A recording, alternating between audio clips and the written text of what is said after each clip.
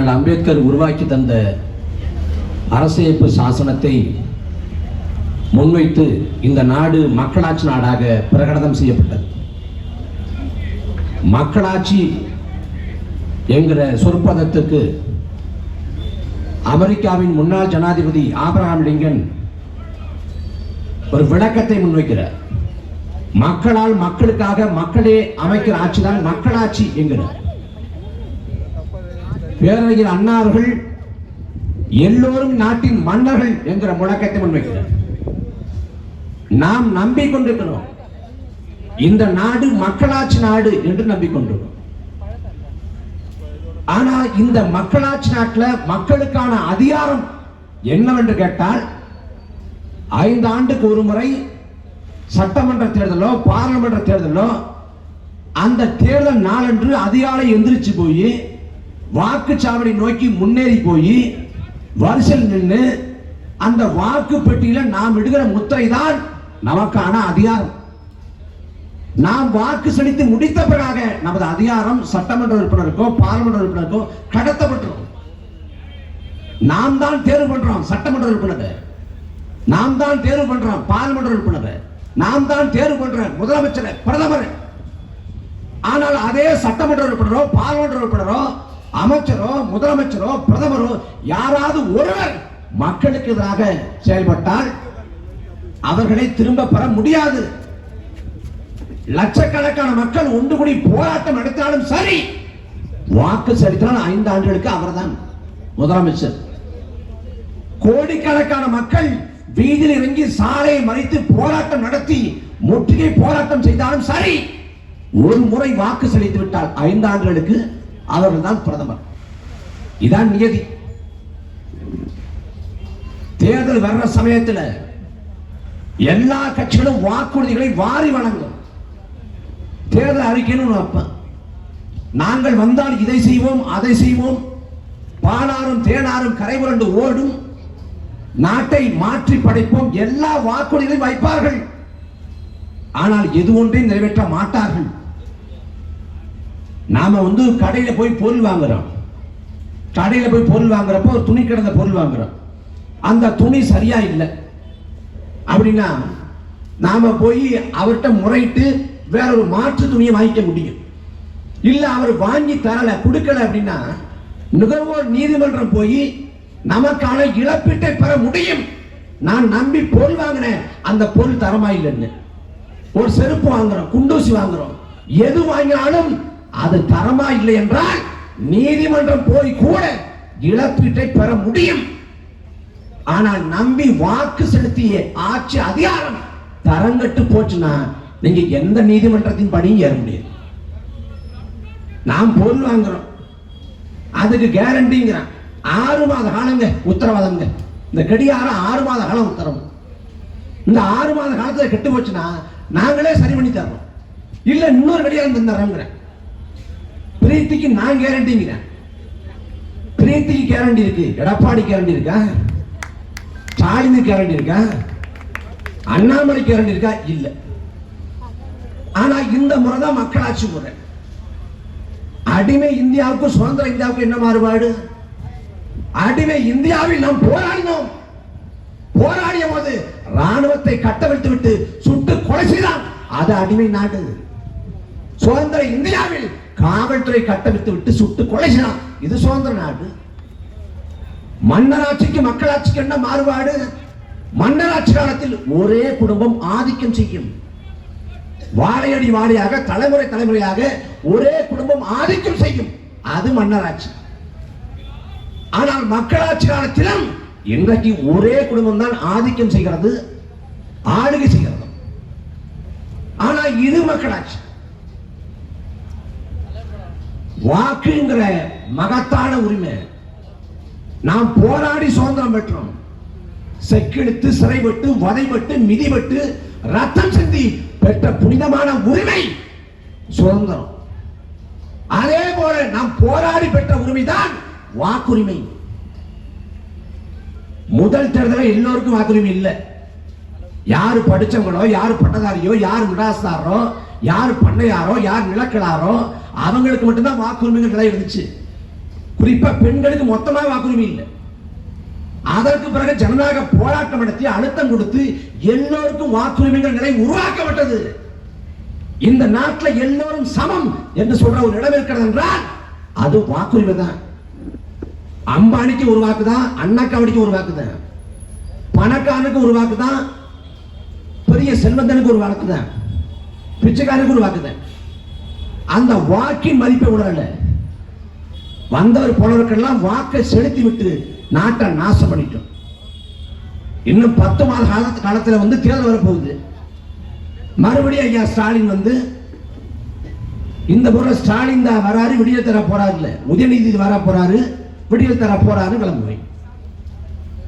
2021 ஸ்டாலின் தான் வராரு, விடியல் தர போறாங்கிற முழக்கத்தை வைத்தது இதே திமுக. நாங்க வந்தா எல்லாத்தையும் ஒழிச்சிருவோம், நாட்டில் ஒரு பட்சம் இருக்காது, சுபிட்சமா நாடு இருக்கும் சொன்னது இந்த பெருமக்கள். இந்த 4 ஆண்டு காலத்தில் என்ன பிரச்சனை தீர்க்கப்பட்டிருக்கு? வரலாற்றில் இல்லாத அளவுக்கு தமிழ்நாட்டின் சட்ட ஒழுங்கு தரிகட்டு பிடிக்குது.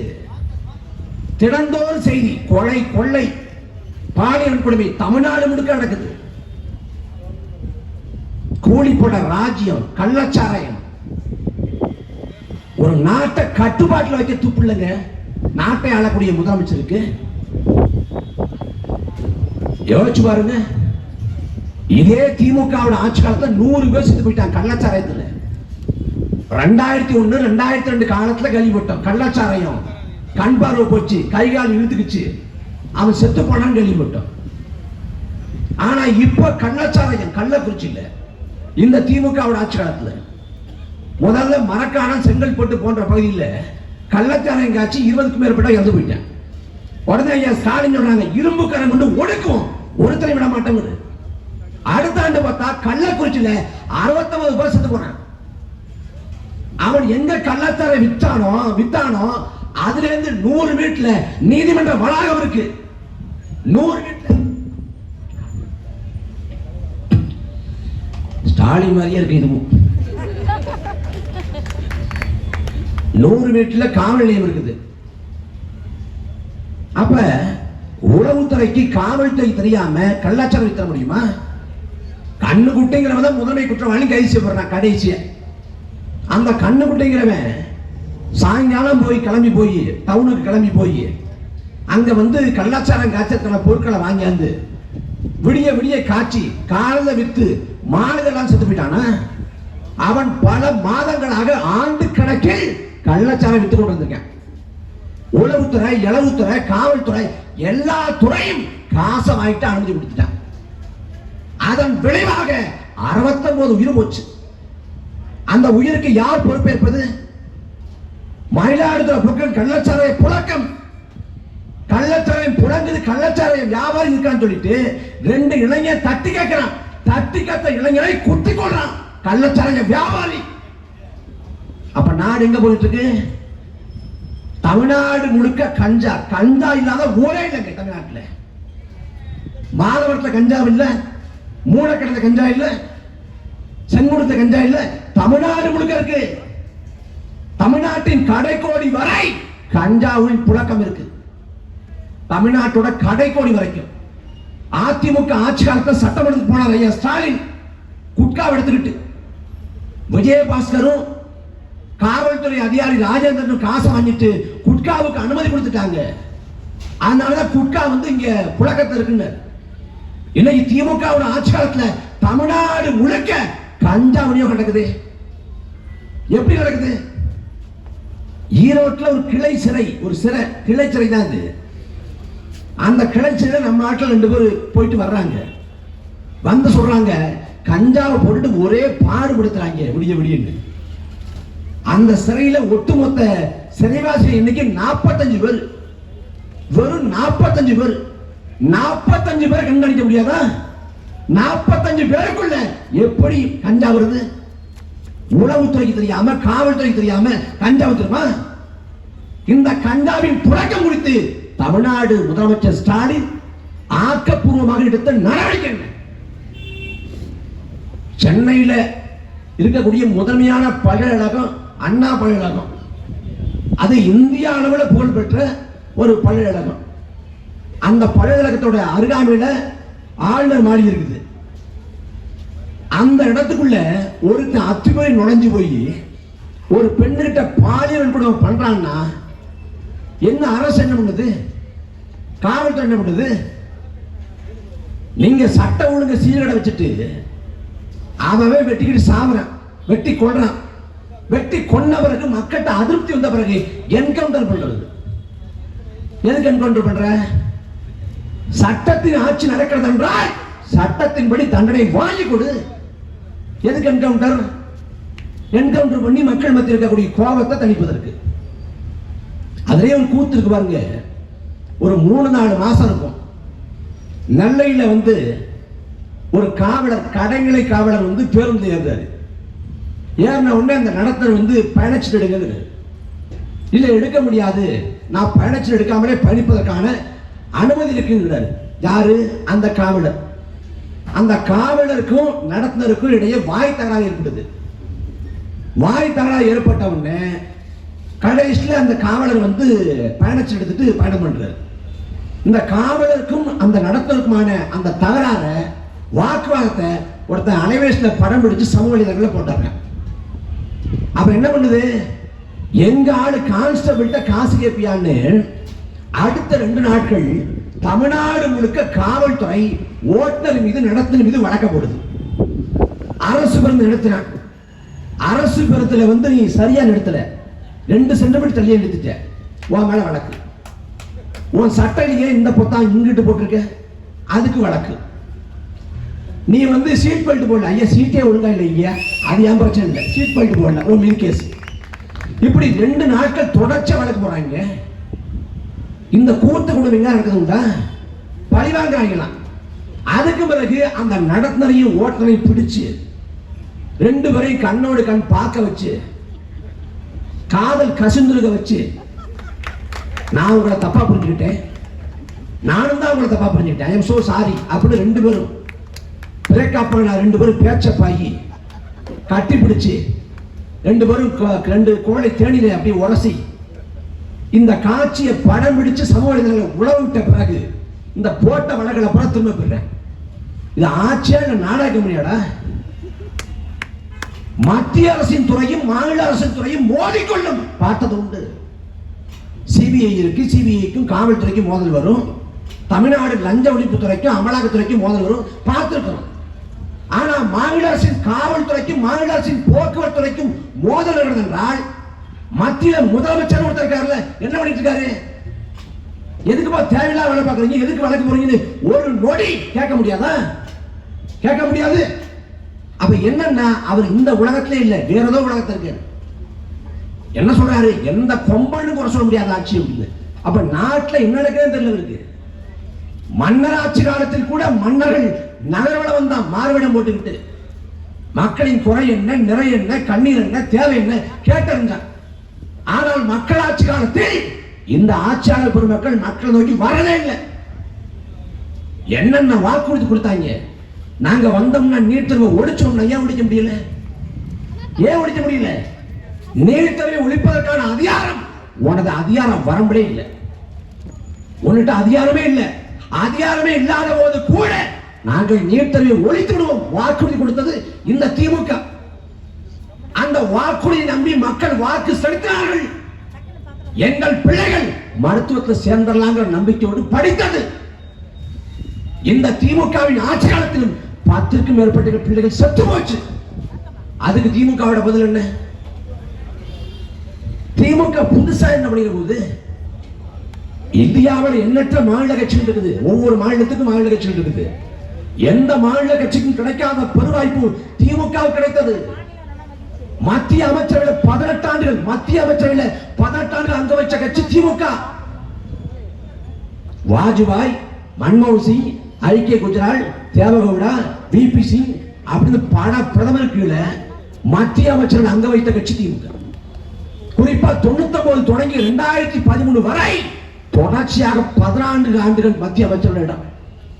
அந்த 14 ஆண்டு காலத்தில் கல்வியை மாநில பட்டியலுக்கு கொண்டு வா என்று கொண்டு வந்திருந்தால் நீட் தேர்வை கொண்டு வந்திருக்க முடியாது. அன்னைக்கு என்ன பண்ண?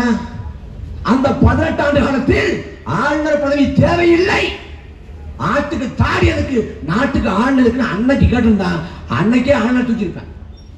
அன்னைக்கெல்லாம் விட்டு விட்டு இன்னைக்கு எதுக்கு? எல்லாம் நாடகம், வெளி வேடம், மக்களை ஏமாத்துறதுக்கு நாடகம் போற. அதுக்கு ஒரு பூச்சாண்டி காட்டுறது, பாஜக வந்துரும், பாஜக வந்துரும். பாஜக அதிமுக வந்திருக்கு, சனி போனா தனியா போகாது, ஒன்னாவே போகட்டும், ஒரு கட்சியும் இல்லை.